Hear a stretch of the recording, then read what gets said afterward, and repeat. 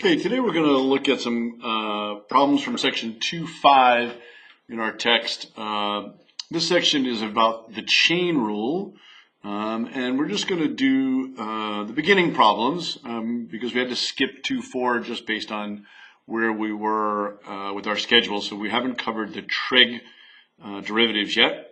Okay, so the first one, we have a question, find dy dx, which is the derivative of y with respect to x.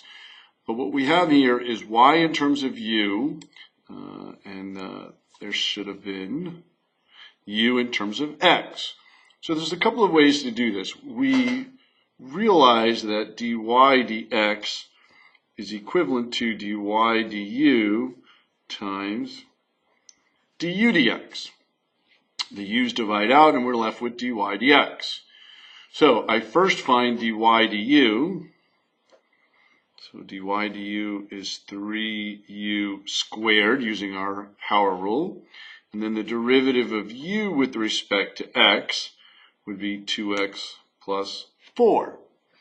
Okay, so now following our rule that dy dx is dy du times du dx. We would have dy dx. There's dy du. There's du dx. And what we'll do is we're going to substitute our u here, down here. So we have 3u would be x squared plus 4x squared. And then we have the 2x plus 4. And so what we have is 6x plus 12 times x squared plus 4x squared. Okay, well there's another way to do that. And that would be to substitute u back in the original equation. So instead of y equals u cubed, we would have x squared plus 4x cubed. And then here again, here's where we're applying the chain rule. So now dy dx, we would have 3 times the quantity x squared plus 4x squared, right? There's our n minus 1, times the derivative of x squared plus 4x, the inner portion of our composite function. So now we have 3 times x squared plus 4x to the second power. The derivative of the inside of our composite would be 2x plus 4. And multiplying the 3 times the 2x plus 4, we get 6x plus 12, x squared plus 4x squared. So either way, we end up with the exact same answer. So most of what you're going to see will look like this. All right, so let's look at a few more problems here.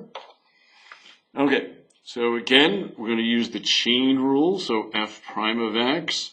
So we have 2 times x cubed plus 4 to the first, right, n minus 1, times the derivative of x cubed plus 4, the inner portion of our composite.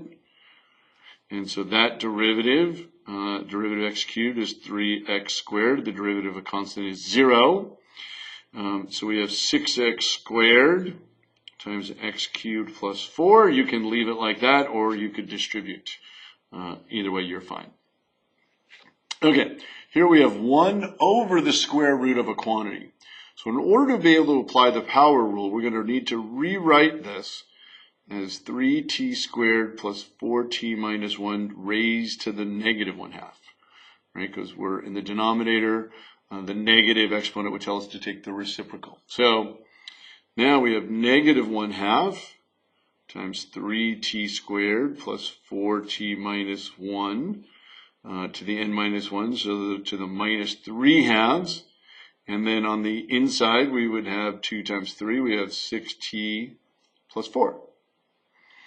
Okay, so simplifying this, we have the 6t plus 4 divided by the 2, so that will leave us in the numerator of 3t plus 2. All of that is going to be negative, and then in the denominator, we would have 3t squared plus 4t minus 1 to the 3/2. Okay, so here I've written the same problem twice because we're going to do it 2 different ways. So notice we have a quotient. So the first time I'm going to use our quotient rule. So we have g prime of x, we have our denominator times the derivative of our numerator, which is 1 minus numerator. So now here we're going to apply the chain rule. 3 times x squared plus 1 to the second times 2x, all divided by x squared plus 1 cubed squared. Okay, so let's look. In our numerator, notice we have these terms minus those terms. So notice I have an x squared plus 1 to the second power in both. So I am going to factor out an x squared plus 1 squared. From here, I'll be left with an x squared plus 1 to the first times 1 minus, and then over here we have 3 times x, that was factored out, times a 2x, so we have 6x squared. And then in the denominator, cubed squared, we multiply power to a power, we have x squared plus 1 to the sixth. Okay, so now notice we have this x squared plus 1 to the second and x squared plus 1 to the sixth. Okay, that leaves us with that to the fourth. And so g prime of x squared minus a 6x squared is negative 5x squared. I like to have my first term be positive so I don't lose that negative. And there's our answer. Now the alternative way to do this is to try to use the product rule. And I'm not saying that's easier or harder, so you have to decide.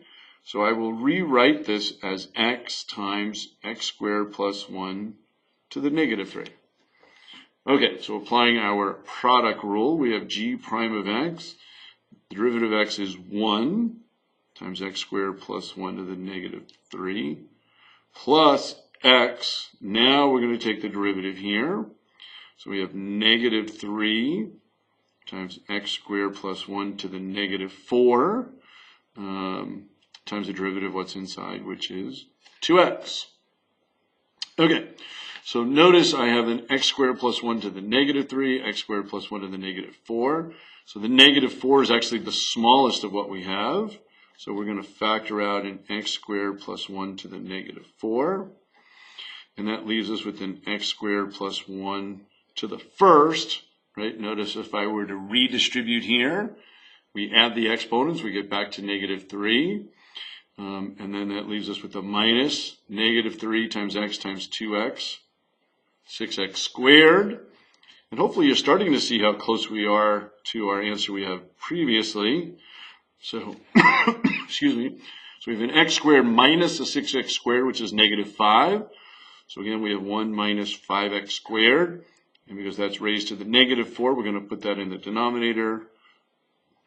And again, we end up with the same answer. You may feel one is easier for you than the other. Both are 100% correct. So either using the quotient rule and the chain rule, or using the product rule and the chain rule. Hope that helps, and we'll see you soon.